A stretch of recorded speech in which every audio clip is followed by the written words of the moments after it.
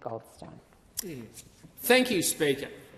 Speaker, Australians are sick of the laws around superannuation constantly changing, the Labor government fiddling every step of the way and undermining the retirement security of millions of Australians.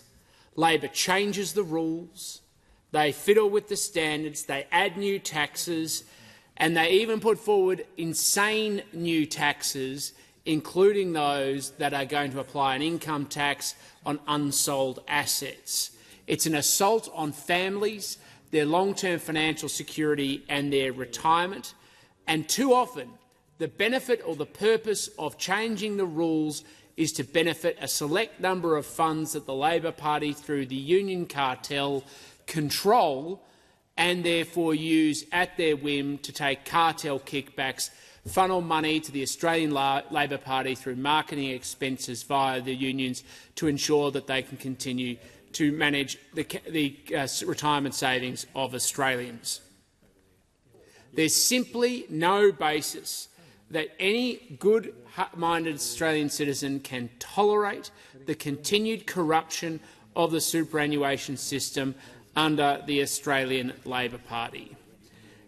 The Treasurer likes to carry on in question time and everywhere else about superannuation as though they have some sort of wonderful legacy associated with it. But the practice is that this government and Labor governments past treat the Australian retirement savings system like it's their own plaything, a piggy bank designed to funnel them, finance their interests and, of course, to be corruptly used to the advantage of organisations like the CFMEU Labor cartel.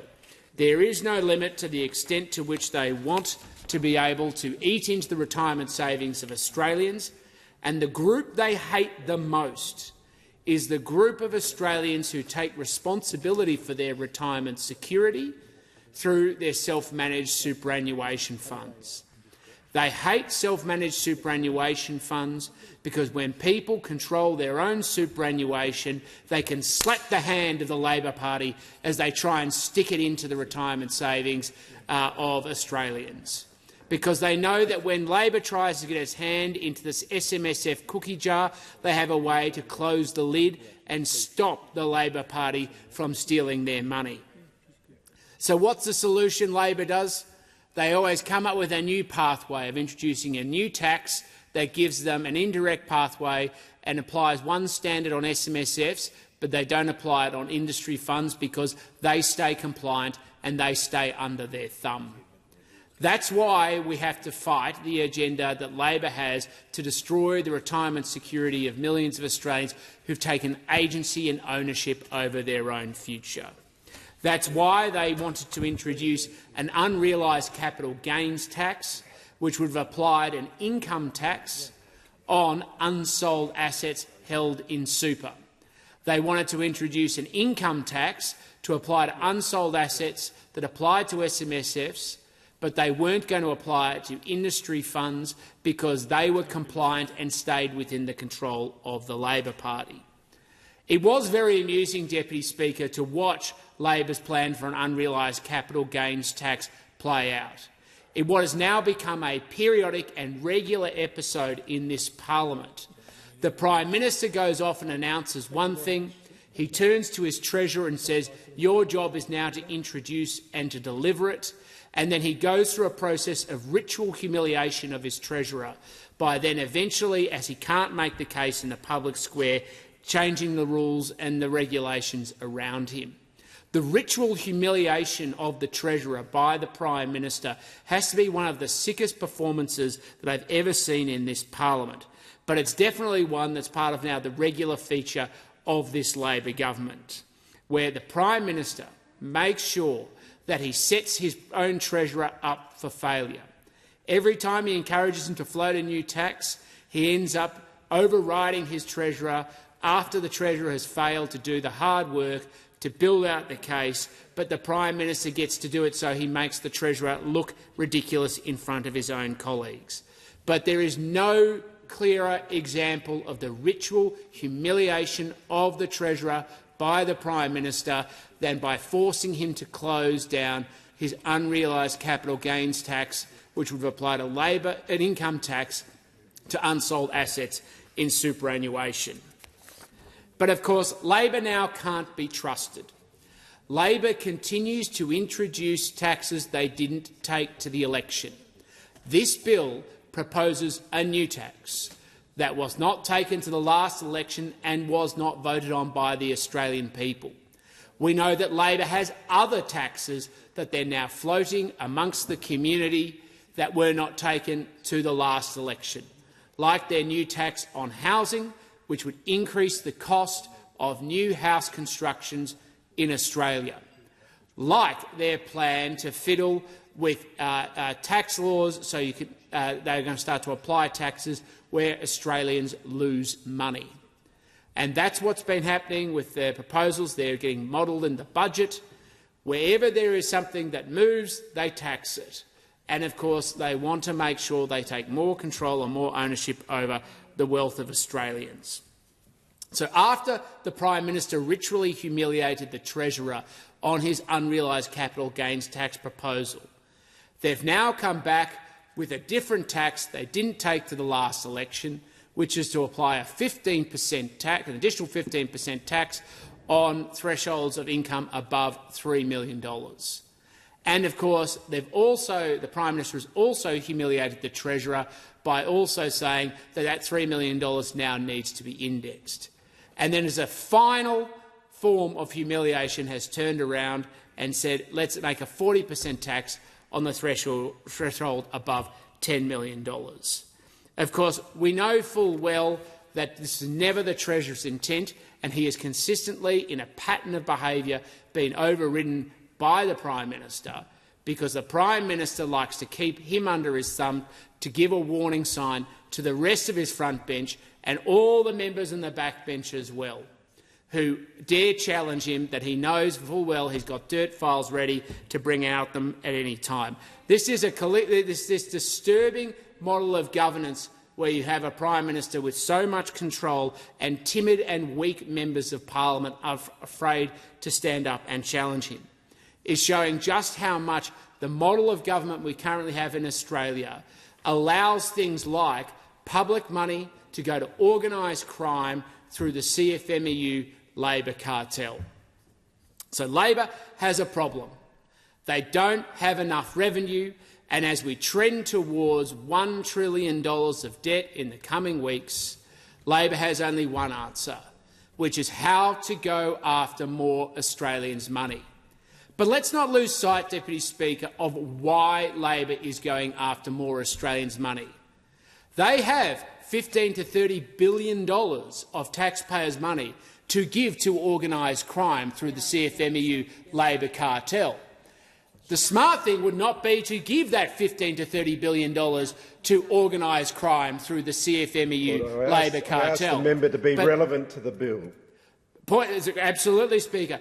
The smart thing would be for the Labor Party not to give $15 to $30 billion to organised crime through the CFMEU Labor cartel. But because they have done so, they are now introducing new taxes on the Australian people because they can't manage their money and they've given taxpayers' money over to organised crime through the CFMEU Labor cartel. That is explicitly relevant to this bill because we're talking about how Labor is raising the revenue that they are giving to organised crime through the CFMEU Labor cartel. I'll ask the member not to go on outside the parameters of the bill. I ask you to be relevant to the bill. It is a bill on Treasury Laws Amendment building a stronger and fairer super system bill. So I ask that you be relevant and keep within the parameters. Speaker, the bill is about a new tax that's being applied to Australians, and the reason that tax revenue is necessary is because the Labor government has been taking public money, the money they are raising from this legislation, handing it to organised crime through the CFMEU Labor cartel. Is explicitly relevant to this bill. The member will resume his seat. The Minister. Point of order on relevance.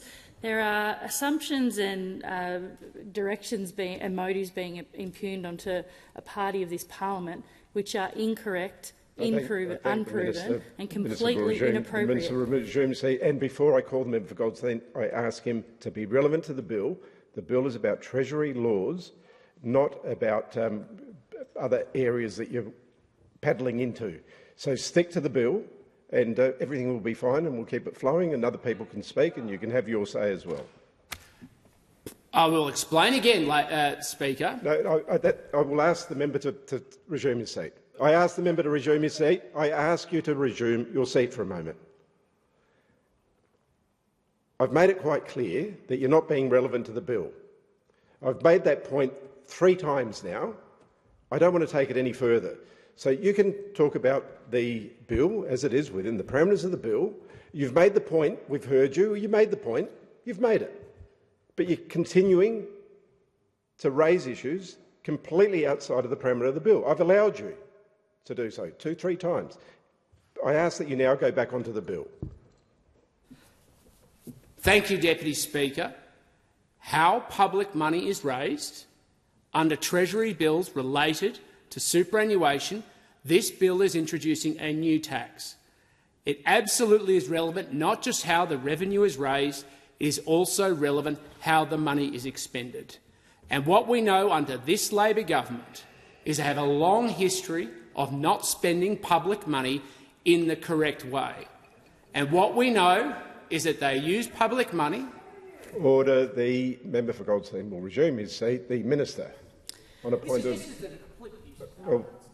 Point of order on relevance. Again, you're imputing motive onto a party of this parliament, which is completely incorrect. I ask the minister to resume his seat. The member for Goldstein has the call, and I'm listening carefully. Thank you, Deputy Speaker. And the suggestion, the imputation that is not being made by me, Speaker, it is being made by an independent corruption watchdog, Geoffrey Watson SC, through an independent inquiry through the Queensland Parliament. And it's a matter that, but now we're going into matters that I will broadly agree extend beyond the specific purpose of the bill. I am talking about how public money is raised and how public money is expended, including the basis in which this legislation is being put forward. Because Labor has a spending problem. They simply cannot contain how they are going to spend the amount of money they receive from the public. That is why they continue on their trajectory of $1 trillion of debt in the coming weeks. And the denial of this government on that reality is why they are going back and taxing Australians more, and they're deliberately and maliciously targeting self-managed superannuation funds as they consistently have done so. None of that has changed. None of that is different from a long-standing practice of this government. But what is very clear is that Labor is increasingly finding it difficult and they're feeling the heat and the pressure from the opposition because people are talking about it. People are being forthright about not just how the money is raised, but how it is being expended as well. And I understand for the members opposite that when you raise revenue and you don't want attention to how it is being spent, that is uncomfortable. But I can assure you it is deeply relevant to this legislation, and some of us will not be backing down. Because what we've seen under this legislation is a farce at every step of the way through the process of passing legislation related to this tax. They proposed an unrealised capital gains tax, and it was mocked and ridiculed by Paul Keating, by Bill Kelty, even Sally McManus had a go. That's how out of touch our Treasurer truly is. He simply doesn't understand not just his portfolio because he's a passenger in it, but he doesn't understand the consequences of his actions. So the challenge now for the Australian community is when the government now seeks to pass new legislation that introduces a tax that Australians didn't vote for. And let's be clear about this again, Deputy Speaker. I'm sure there'll be objections, so this isn't relevant from the other side of the chamber. The Australian people did not vote for the tax that Labor is now seeking to introduce. And coming up to the 2026, 27 budget, the Labor Party will put forward further taxes that they lack the courage and the honesty with the Australian people to put forward at the last election. And once you've broken your promise once, and they have, and they repeat a second time and a third time, we're now going to see a government that has no trust at the core of its economic agenda, and there is no tax off the table. When they change capital gains tax on one property, expect them to come after the family home next. When they seek to remove negative gearing selectively, expect it all to go. And why are they raising the revenue, Deputy Speaker? Just like under this new tax introduced in the Treasury Laws Amendment, Building a Stronger and Fairer Super System Bill 2026, they're doing it so that they can spend that money on untoward activities. And make no mistake, Deputy Speaker, part of it's because that money goes towards cartellish behaviour, which absolutely involves the CFMEU, and according to independent corruption watchdog Geoffrey Watson SC, somewhere between $15 to $30 billion has been handed from Labor governments to organised crime. It is not my opinion, it is what is being said. And I hear this often from members of the other side of the chamber when we debate other pieces of legislation, Deputy Speaker, which aren't even always about taxation and revenue, which is what is it that people want to cut from the federal budget. And it's abundantly clear that we absolutely want to cut out money that goes, public money that goes towards organised crime through the CFMEU Labor cartel. We absolutely want. I'll take the interjection from the member opposite. We absolutely want to take an interjection from the member opposite, but you'll listen to me for a moment. Again, you are veering way off the parameters. You've made that point. I don't want to take it any further. If I hear it again, I will take it further. I want you to remain within the parameters. We heard your point. We heard it earlier. You've made the point. I've asked you to pull back a bit and stay within the parameters. I've given you plenty of leeway. Please don't abuse my kind leeway that I've given you. Member for Kooyong, and stay within the parameters of the bill. Goldstein, sorry. So continuing on within the explicit parameters of the bill of how money is raised and how money is spent under the Treasury Laws Amendment, Building a Stronger and Fairer Super System Bill 2026, the question of the interjection from the member opposite, because she asked a question in the context of it, which is NDIS corruption is also how money is spent that is being raised through this bill. I don't want NDIS corruption. I don't want a tax that raises money and then is spent on corruption. I'm shocked that this is an issue for the members opposite, but I think it reveals how many times there's been interjections from the members opposite about why they find people holding a mirror up to the government about exactly what it is they're going about. And because precedent consistently shows that once you talk about changes to the superannuation system, which is Australians' money, Deputy Speaker, money in superannuation is actually income that is deferred into the future. And it is given into a tax treatment, a preferential tax treatment, but it is Australians' money. They own it. They own it. Not us, not the members opposite. They own it. And they own it in the superannuation funds, whether it's a self-managed superannuation fund or an industry fund or a retail fund. And the tax treatment that applies is the money that the government comes along and says, we're going to take a chunk of that money and we're going to use it for a public purpose. And then the question then becomes, once we're introducing a new tax, how that money is also then spent. And that money is spent on lots of different things, from federal defence, and I think we all accept that that's part of the relevance of this debate. So is NDIS. That is part of this debate. So is NDIS corruption. That is part of this debate.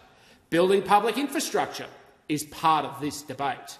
And, of course, if they expend money on other activities, including through the unions, that is also part of this debate. This is the part of the problem of why this law is so problematic, as well as all of the other tax measures that this Labor government is going to introduce, because they start saying that they're not going to touch superannuation like they did before the 2022 election. They then went, betrayed their trust with the Australian community and introduced a new tax after the 2022 election, and it was called the Family Savings Tax on unrealised capital gains. Then, after the 2025 election, the Prime Minister enjoyed ritual humiliation of the Treasurer and got him to abandon that tax. And as a consequence, we now have a new bill before the parliament, which is called the Treasury Laws Amendment Building a Stronger and Fairer Super System Bill 2026, which is a new tax on the Australian self-managed superannuation funds. And what does this new tax do? It takes money from people's private savings and it then uses it towards consolidated revenue to then expend in different ways. So we have a fundamental issue under this legislation, Deputy Speaker, of trust. Trust because we know that Labor has consistently broken its promise around tax at the 2022 election, the 2025 election, and we know in the lead-up to this budget they are now starting to put forward new ideas of new taxes that they can introduce and more trust that they can break. And the clearest example of that is they say they're going to go after CGT today, but they're soon going to make sure that CGT is applied to Australia's private homes, principal places of residence. They say they're going to contain negative gearing over here, but we know full well that once they start doing that, they'll apply it to shares and every other type of asset class, because the Labor Party has a long history of promising something in an election and then breaking their word once they've won. And the scary thing is how many of the Labor Party members on the other side of this chamber are happy to go along with it. They have no concern about the consequences and they have no concern about the impact it has on trust and integrity in public life. But even more than that, they then use that as an excuse to justify spending that money in the most grossly hypocritical and damaging way, including making sure that money goes towards organised crime through the CFMEU Labor cartel. So, and some of the interjectors say, "What else have you got?" Well, I've already. The question for members of the opposite who want to interject by saying, "What else have you got?" is, "What else have you got?" When you've got to the point where you're handing public money to organised crime through the CFMEU Labor cartel, I do concede there's virtually nothing. If somebody had said that to me 15 years ago, that you're going to have a debate in the House of Representatives about why it's wrong to do that, I'd think they were mad. But that's the reality of where we are now under this government. It is a form of insanity that we are there, and even worse than that. Members should go back on the bill. Back on the bill.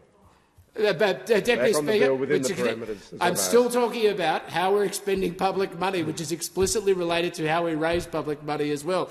But that is the situation we face. We are in bizarro world under this Labor government. We are in a bizarro world where we're watching the Prime Minister publicly ridicule the Treasurer. We're in a bizarro world where we have taxes introduced that they promised they wouldn't until after they got elected, and they got away with it twice, but I can assure you they aren't going to get away with it again. And more importantly, that we end up in a situation where we have public money being expended to the most extraordinary things, and the only response from Labor members opposite isn't to turn around and say this is the most disgraceful, outrageous thing I've ever seen. Their response is, relevance. It's like, how is handing money to organised crime not relevant? If it isn't relevant in this chamber, where is it? Where is public trust? Where is public integrity? If you are literally having independent corruption watchdogs calling this out, I can't figure it out. Perhaps that's maybe why there's a decline in the institutional settings of this country, but I'm hoping we're going to end it, and we are going to end it, because we're going to end it by making sure there's an election of a coalition government so that we can make sure we don't have these sorts of laws that betray public trust and seek to abuse public money again.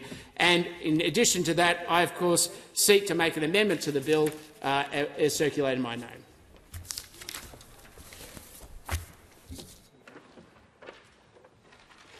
Is the amendment seconded? Member is seconded. The original question was that. Order. I haven't given the call yet. We're right in the middle of the amendment. Mr. Deputy Speaker. Point of order. The Chief Opposition Whip made multiple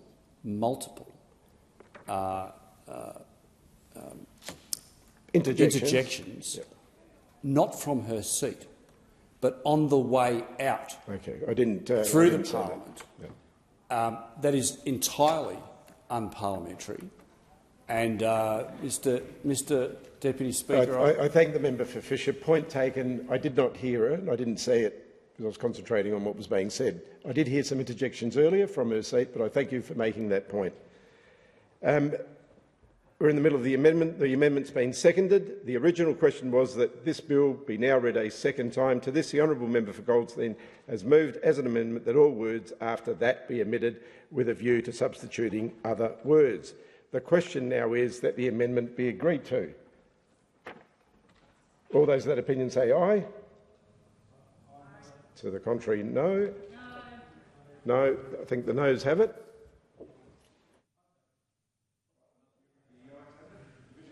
Division.